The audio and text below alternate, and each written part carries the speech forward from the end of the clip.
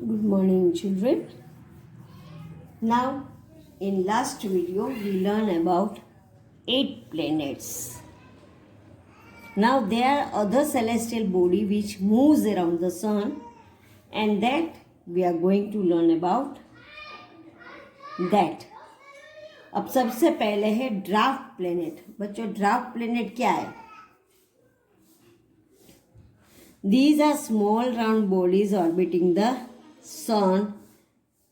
उसमें देखो पहले 9 प्लैनेट्स बच्चों था. प्लूटो भी 9 प्लैनेट्स में गिना जाता था, but now it is not. So Pluto and Eris are a few example of draft planet. जो चले गए हैं वो प्लैनेट को बोलते हैं draft planets. And these are Pluto and Eris. These are the 2 planets. उसको बोलते हैं draft planet. This is Pluto. Picture of Pluto. Now this is asteroids. Asteroids क्या है बच्चों? These are solid, rocky and irregular bodies that orbit the sun.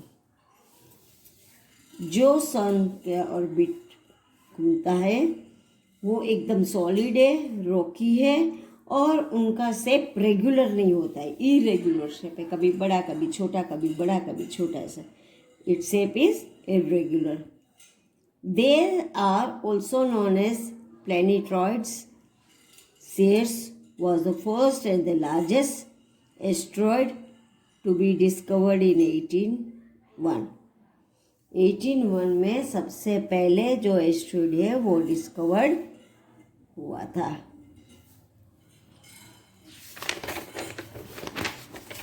Now बच्चों, comets. What is the comet?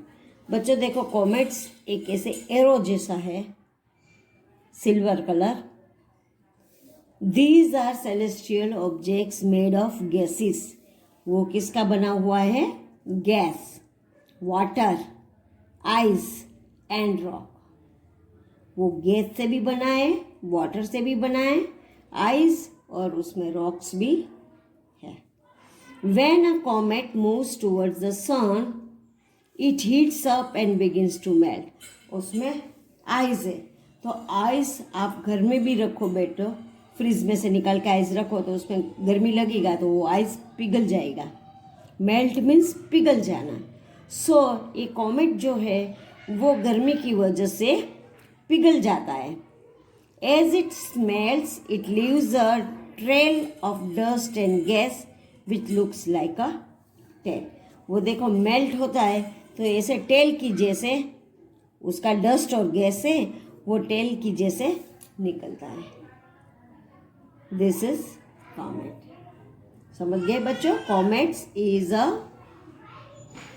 One of the celestial objects which has gas, water, ice and rocks. और वो गर्मी से, सन की गर्मी से वो मेल्ट हो जाता है, और जब मेल्ट होता है तब टेल जैसा उसमें से डस्ट और गैस निकलता है. It looks like a tail. Tail means पता है ना बच्चों, पूंछ. अब मेटेरियल्स वो क्या है देखो बच्चों. मेटेरियल्स आर स्मॉल रॉकी और metallic bodies travelling through space. Materials जो है वो स्मॉल रॉकी और मेटल के रॉक जैसे बॉडीज है, और वो स्पेस में ट्रैवल करते हैं. देखो छोटे छोटे दिखते हैं ना आपको. This they may be parts of asteroids, comets, moons और प्लैनेट्स. वो क्या है? एस्ट्रॉइड का भी पार्ट होता है थोड़ा, मून का भी पार्ट होता है, कॉमेट्स का भी पार्ट होता है, एंड प्लैनेट्स का भी पार्ट होता है. When these meteors enter the Earth's atmosphere, they heat up and catch fire before falling to the ground. ये meteor क्या होते हैं बच्चों? आप बहुत सारी बार देखते हैं नीचे गिरते हुए स्टार्स को. वो हीट होके फायर कैचअप कर लेता है और फिर वो नीचे ग्राउंड में गिर जाता है. This glowing bodies are called meteors. इसको बोलते हैं मेटेरियर्स. जो गिरते हुए आपको दिखता है वो उसको बोलते हैं मेटियोर्स और शूटिंग स्टार्स। हम बहुत बार देखते हैं, मैंने तो देखा है बच्चों, आपने नहीं देखा होगा स्टार को नीचे गिरते हुए। These are meteors. Sometimes the meteors do not burn completely in the atmosphere and strike the surface of the earth.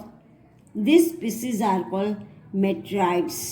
अब देखो बच्चों, ये meteorites जो है वो कभी कभी क्या होता है, वो बर्न नहीं होता है। बर्न मीन्स जल नहीं जाता है, पूरा नहीं जल जाता है, और फिर अर्थ के साथ स्ट्राइक होता है। स्ट्राइक मीन्स भटकाना, उसको भटकाते, फिर उसके जो पीसेस बन जाते हैं वो पीसेस को बोलते हैं, ये मेट्रोइड्स है और ये मेट्राइड्स है। क्या है? मेट्राइड्स।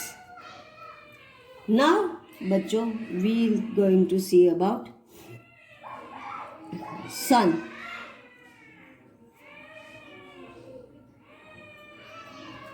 Sun, see, sometimes scientists believe that millions of years ago, a big cloud of dust and gas began to collect together due to gravity. Means force से पहले के ज़माने में millions of years ago cloud जो था वो dust और gas दोनों साथ में बन के फोर्स से the gas that settled at the center become the hot with all the other gases piling up on the top of them. अब ये जो गैस है उसमें सेंटर में जो होता है वो एकदम हॉट हो जाता है, और फिर the other gas piling up on the top of them, उसके ऊपर दूसरे गैस जो होता है वो पील हो जाता है।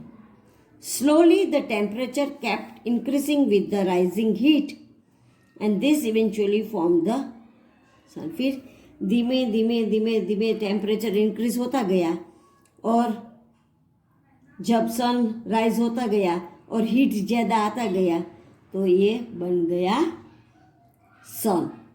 सन कैसे बना है बच्चों? देखो, पहले millions of years ago cloud था, वो डस्ट और गैस से टुगेदर फोर्स से बना हुआ, and then the gas that settle at the centre, जो गैस बीच में सेटल हुआ था वो हॉट होते हुए और गैस पील होते हुए ऊपर आ गया।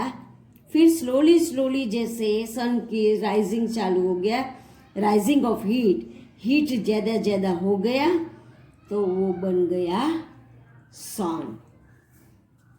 The burning gases create a lot of heat and light.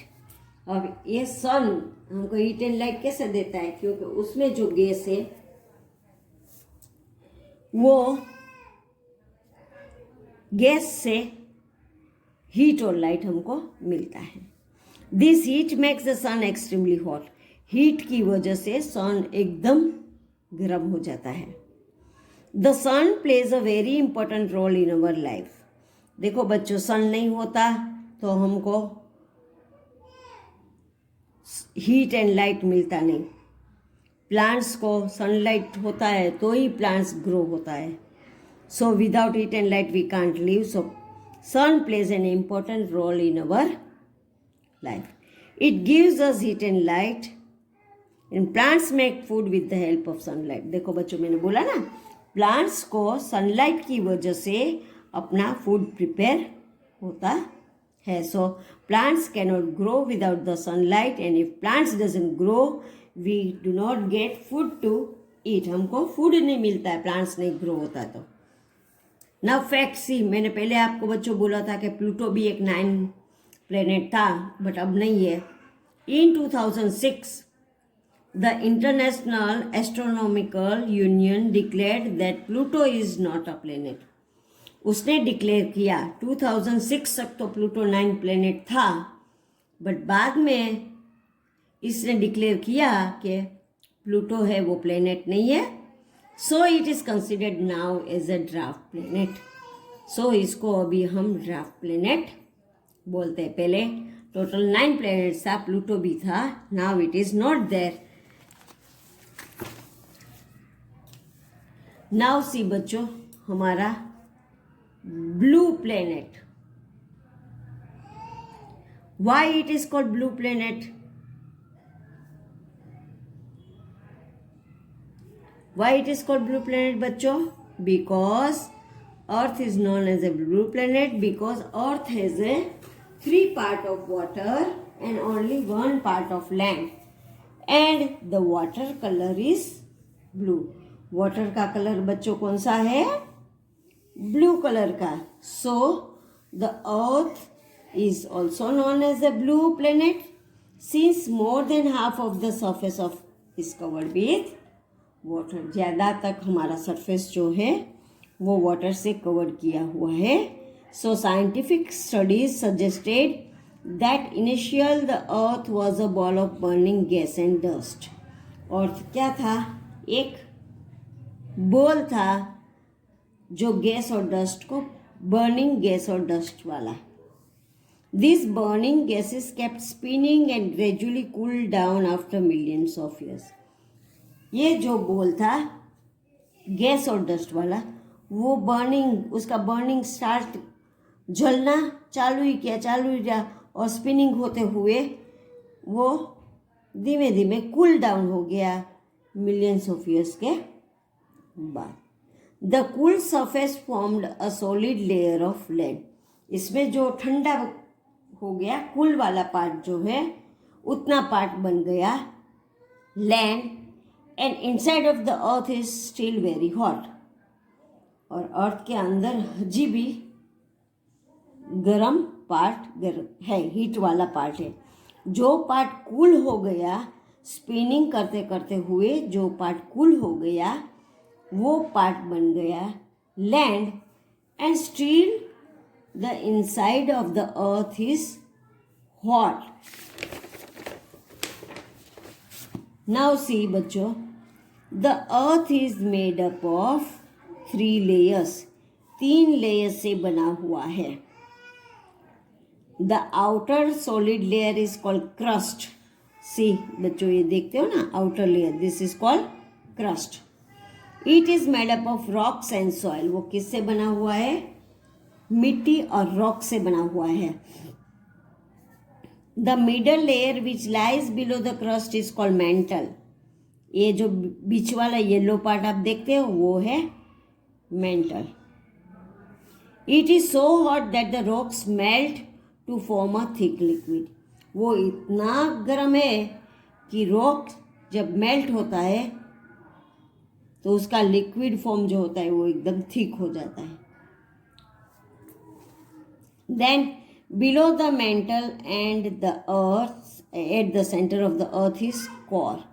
देखो, this is the inner core, inner, and this is outer core. These both are core. This is outer core, this is inner core. The innermost part of the core is solid. जो ये अंदर वाला part है बच्चों वो है solid, and the outer part is made up of molten liquid. ये जो outer part जो है वो liquid से बना हुआ है. जो ज़्यादा गर्मी से रॉक मेल्ट होके थिक लिक्विड जो बनता है ना, वो उसका ये पार्ट जो है वो है मोल्टेन. अब बच्चों आपने 3 लेयर्स ऑफ अर्थ देखे. सी यहाँ पे ये अर्थ है. This is the first layer crust, this is the second layer mantle, and this both are inner and outer core. Now बच्चों आज आपने ये अर्थ के बारे में, सन के बारे में स्टडी किया, एक्सप्लेन मैंने किया. बच्चों आप ये दोनों के बारे में अच्छी तरह से समझ गए होंगे.